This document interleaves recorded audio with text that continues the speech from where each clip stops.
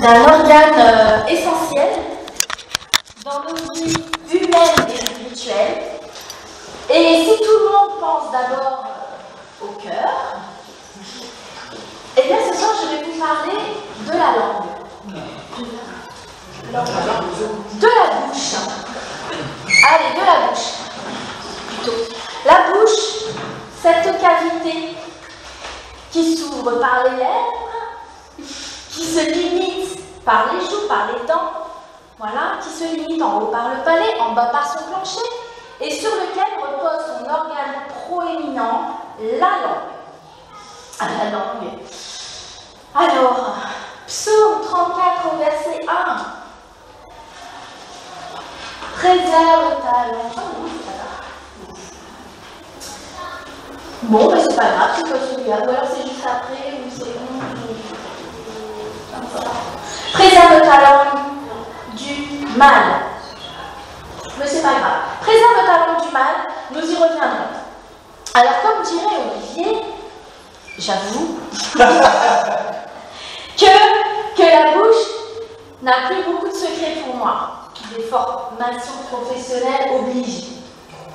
Mais un bon disciple de Vincent quand même, je me suis lancée dans quelques investigations. Alors, comme vous le savez, la bouche est celle qui avale les aliments. C'est stoma, S-T-O-M-A en grec. Ça parle. Stoma, celle qui avale les aliments. Mais c'est aussi celle qui profère des paroles. Alors, ouvrir la bouche, c'est parler. Mettre sa main sur sa bouche, c'est se taire. La bouche est donc à ce point liée à la parole. Elle est source ou canal de la parole. Elle est donc constamment au cœur des ambiguïtés du langage des hommes dans la vie. C'est un petit organe qui pourtant peut créer beaucoup de dégâts, n'est-ce pas? Qui n'en a jamais fait l'expérience? Et dans mes investigations, j'ai même découvert que la bouche était aussi la partie du canon d'une arme à feu par où sort le projectile. Voilà. Alors, si tout le monde voit de quoi je parle, le dégainage de la phrase assassine, la phrase qu'on nous a dite ou la phrase qui est sortie de notre bouche. Nous avons tous dit un jour des paroles que nous regrettons. Et moi, la première. Mais ce soir, si j'aborde ce sujet un peu délicat, j'avoue, qui nous renvoie forcément à nous-mêmes, ce n'est bien sûr pas pour en résumer une pseudo-moralité qu'on connaît tous, mais bien pour parler et pour m'attarder de ce qu'en dit la parole de Dieu. Parce que c'est tout ce qui importe. Qu'en dit la parole de Dieu, de notre bouche, de notre langue, de nos lèvres? Eh bien, mes amis, c'est tout un programme. Car s'il nous arrive d'avoir des paroles en l'air, la Bible, quant à elle, ne mâche pas ses mots non plus. Vous allez voir qu'elle ne passe pas par 4 chemins pour révéler une vérité. Elle ne mâche pas ses mots à propos de la médisance, puisque c'est de ça dont il s'agit d'abord. De la médisance, médire, ou dire du mal, à quoi bon? Alors ça paraît absurde dit comme ça, et pourtant on l'a fait. Quand je parle au passé, on considère que c'est derrière, ok? Soyez. C'est l'histoire de 3 femmes qui décident de s'avouer leur travail. La première confesse qu'elle boit trop. La seconde avoue être jalouse de la beauté d'une amie. La troisième, elle, ne dit rien. Intriguées, les 2 autres assistent. Alors, c'est quoi ton défaut? Finalement, elle répond: les commérages. Et il me tarde de sortir d'ici pour aller en raconter sur vous deux. Côté, l'a dit, l'a fait, mais dans le secret quand même. Excusez-moi, micro-créole, c'est un petit peu. Alors, qu'en dit la Bible? Et comment comment faire? Aucun homme ne peut dompter la langue, nous dit la Bible dans Jacques chapitre 3 au verset 8. Mais la langue, aucun homme ne peut la dompter. C'est un mal qu'on ne peut réprimer. Elle est pleine d'un venin mortel. Rien de plus difficile à contrôler que sa langue. Car elle est une arme redoutable. Et elle est même décrite à plusieurs reprises dans la Bible comme l'épée de la bouche. Alors, entre la bouche et la langue, ça fait quand même plusieurs analogies avec des armes entre le canon de tout à l'heure, l'épée, ça fait mal tout ça. Revenons sur le livre de Jacques au chapitre 3 et au versets 5 et 6. De même, la langue est un petit membre et elle se vante de grandes choses. Voici comment un petit feu peut embraser une grande forêt. La langue aussi est un feu. C'est le monde de l'iniquité ou le péché. La langue est placée parmi nos membres, souillant tout le corps et inflammant le cours de la vie, étant elle-même enflammée par la géhenne, l'enfer. Avons-nous conscience qu'en utilisant mal notre langue, on se tire soi-même une balle dans le pied?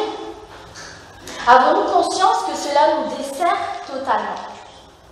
On se croit soulagé d'avoir balancé quelque chose, un pic, un truc, en se disant tiens, c'est là, tu l'as pas volé. Mais non, bien au contraire, c'est bien dommageable d'abord pour nous-mêmes. Car le proverbe 3 du chapitre 13 nous rappelle que celui qui veille sur sa bouche garde son âme.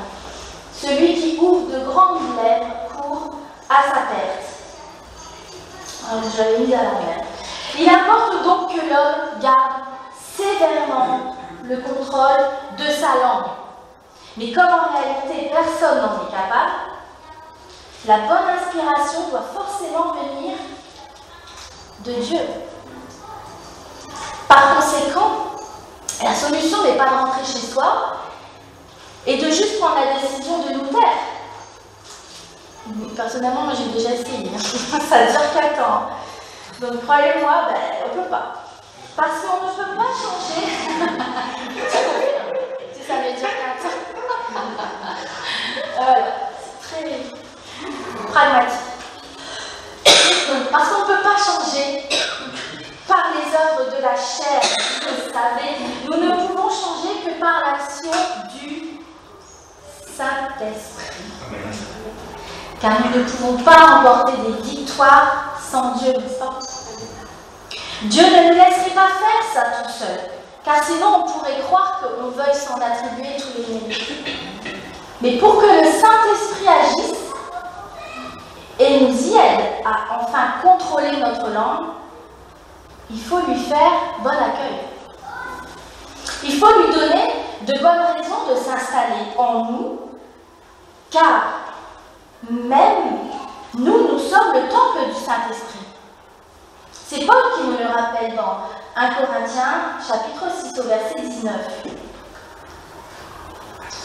Ne savez-vous pas que votre corps est le temple du Saint-Esprit qui est en vous, et que vous avez reçu de Dieu, et que vous ne vous appartenez point à vous-même? Alors réalisons bien que nos paroles affectent l'onction du Saint-Esprit sur notre vie. Elles affectent la présence et la puissance de Dieu sur notre vie. Alors comment s'étonner de ne pas voir nos prières exaucées? D'être en galère malgré nos prières? Eh bien, demandons-nous si nous faisons bon accueil à l'Esprit Saint, quand de notre bouche ne sortent que du mépris, de la moquerie, de la jalousie, des plaintes, des complaintes, de la colère, du dénigrement, de l'hypocrisie, des murmures. Je comprends moi, qu'il n'ait pas envie de baigner là-dedans, le Saint-Esprit. Attention, on veut la bénédiction, on veut l'onction, mais on récolte la stérilisation. Le mot est moins joli. Voilà. à l'exaucement de nos prières et elles vont les stériliser. Donc faisons attention au Saint-Esprit, car le Saint-Esprit est sensible, il est tendre, il est doux. Paul nous recommande de prendre soin de lui. Dans Éphésiens chapitre 4, au verset 30 et 31, n'attristez pas le Saint-Esprit de Dieu, par lequel vous avez été scellés pour le jour de la rédemption. Que toute amertume, toute animosité, toute colère, toute clameur, toute calomnie et toute espèce de méchanceté disparaissent du milieu de vous. Waouh! Et là, je prends sérieusement conscience que personnellement, je ne veux rien faire qui offense le Saint-Esprit. Je ne veux pas gâcher l'honneur qu'il me fait de me visiter. Surtout pas. Et le verset 29 de cette épître nous le rappelle bien, qu'il ne sorte de votre bouche aucune parole mauvaise. Mais s'il y a mieux, quelques bonnes paroles qui servent à l'édification et communiquent une grâce à ceux qui l'entendent. Le Saint-Esprit ne viendra pas prendre place dans une bouche salie ou impure, soyez-en sûrs. Est-ce que nous-mêmes on s'installerait dans un taudis? Ben non. Il en est de même pour les anges. Les anges. Qu'écoutent-ils, les anges? Qu'est-ce qui les motive à travailler en nous, pour nous aider, pour nous protéger? Donnons-leur quelque chose pour les motiver, c'est-à-dire que les paroles qui sortent de notre bouche reflètent la parole de Dieu, que les paroles qui sortent de notre bouche reflètent la parole de Dieu. Et je ne parle pas seulement des paroles audibles, mais aussi des paroles intérieures.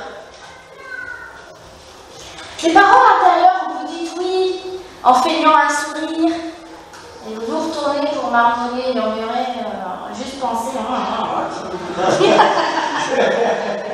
Et oui, mais c'est la même chose, puisque Dieu voit tout, il entend tout. Dans Jude 1, verset 16, il est dit: ce sont des gens qui murmurent, qui se plaignent de leur sort, qui marchent selon leur compatise, qui ont à la bouche des paroles hautaines, qui admirent les personnes par motif d'intérêt. Et ça, c'est juste de l'hypocrisie. La même hypocrisie que Jésus condamne maintes et maintes fois. Comme on l'a dit, parce que Dieu voit tout, il entend tout, il connaît nos pensées. Alors nous avons aussi besoin de changer nos pensées intérieures.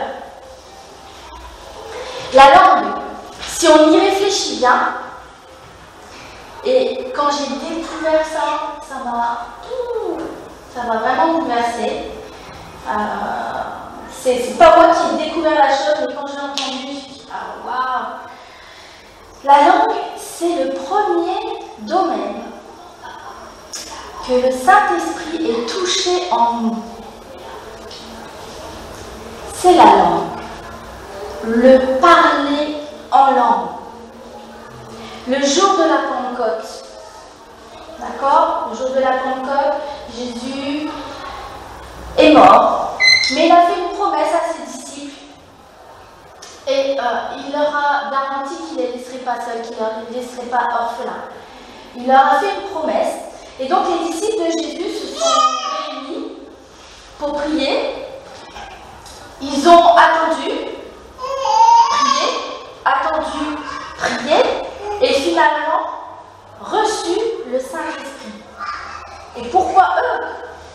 Franchement, les disciples, eux qui étaient à la base des gens ordinaires, des gens du bas peuple, plutôt insignifiants, et même peu vertueux pour certains, comme les ex-collecteurs d'impôts, escrocs ou les ex-prostituées. Mais quand l'onction vient sur quelqu'un, elle le transforme en un nouvel homme, en une nouvelle femme. Ainsi, dans Acte 2, au verset 3 et 4, il est écrit: des langues semblables à des langues de feu leur apparurent séparées les unes des autres et se posèrent sur chacun d'eux. Et ils furent tous remplis du Saint-Esprit et se mirent à parler en d'autres langues, selon que l'Esprit leur donnait de s'exprimer. Dieu a donné cette langue spirituelle pour que nous puissions lui parler. Et parler au Saint-Esprit, au-delà de notre propre pensée, au-delà de notre propre compréhension. Alors peu importe si vous parlez en langue ou pas, vraiment peu importe, ce n'est pas une condition pour être sauvé. C'est un bonus très appréciable pour ceux qui le reçoivent. Mais pourquoi donc est-ce que la langue a été la première chose que le Saint-Esprit a touchée? Lui, le consolateur. Le Saint-Esprit est notre invité invisible. Là, tout le temps, il vit en nous. Tant que nous savons bien l'accueillir dans une bouche saine, si j'ose dire. Et petit mamousse de temps en temps, ça fait pas de mal. Surtout, soyons cohérents. Cohérents, car avec la même bouche, je ne peux pas louer Dieu avec un souffle et maudire les hommes avec un autre. Travaillez ça avec Dieu. Quand je ne prie pas, quand je ne loue pas Dieu, qu'est-ce que je dis? Quand je ne le prie pas, quand je ne le loue pas, qu'est-ce qui sort de ma bouche? Par conséquent, si ma langue est difficile à dompter, je comprends mieux maintenant la nécessité de l'aide de Dieu pour y parvenir. Amen.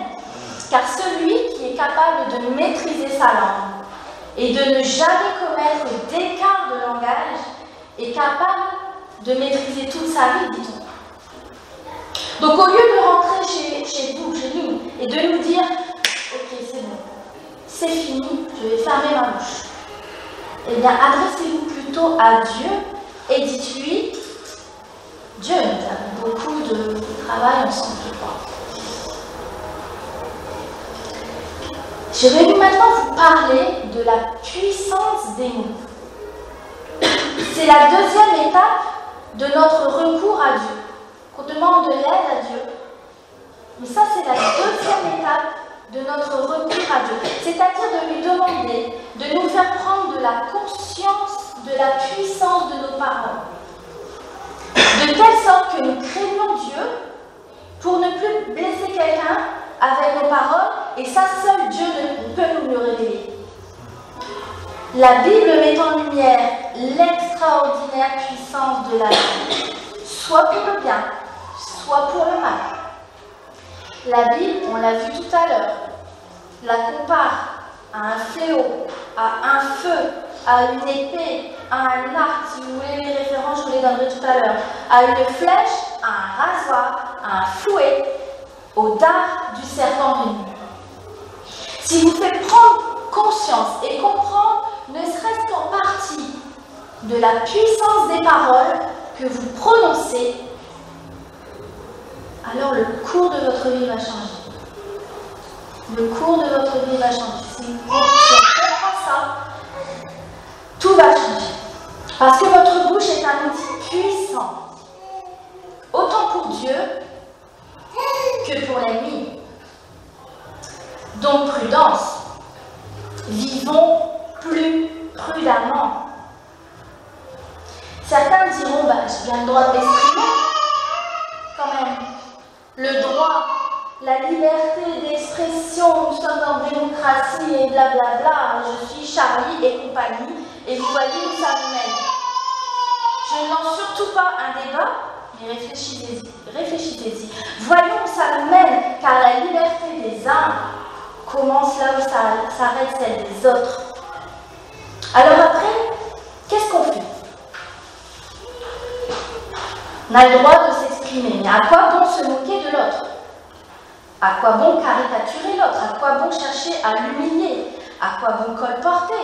À quoi bon discréditer l'autre? À quoi bon l'offenser? Si ce n'est qu'à attiser la haine. Voyez le désastre de la puissance des mots. Chaque parole qui sort de votre bouche a une puissance en elle, une puissance créative ou destructrice. Merci. Retranscrite dans Proverbe 18 au chapitre 21. Salomon a dit, la mort et la vie dépendent de notre langue, ou sont au pouvoir de notre langue. Quiconque l'aime en mangera les fruits. Je ne vous explique pas la seconde partie, c'est encore autre chose. Mais si j'ose dire certaines choses ce soir, certaines vérités tirées de sa parole, et de sa parole uniquement, c'est parce que la vérité, c'est la parole de Dieu. Et que c'est sur elle, et sur elle seule, que je m'appuie, parce que je suis mandatée pour le faire, parce que j'ai été ointe par le Saint-Esprit pour vous transmettre ce message. Et Dieu sait que ça n'a pas été ça. Avant d'être ici, là, de m'exprimer devant vous, ce soir, j'ai eu plein d'obstacles, plein d'embûches. Et puis, c'était la semaine dernière, j'ai fait un rêve. J'ai fait un rêve, et en fait, je me suis rendu compte que c'était un songe. Mais franchement, je crois que j'en ai fait 2 ou 3 dans ma vie.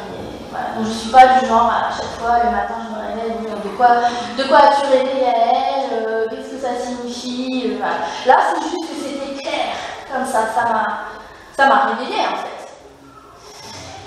Et je me souviens plus de l'action pour arriver à cette image, mais j'arrive à voir un visage comme un masque, un visage parfait, presque parfait.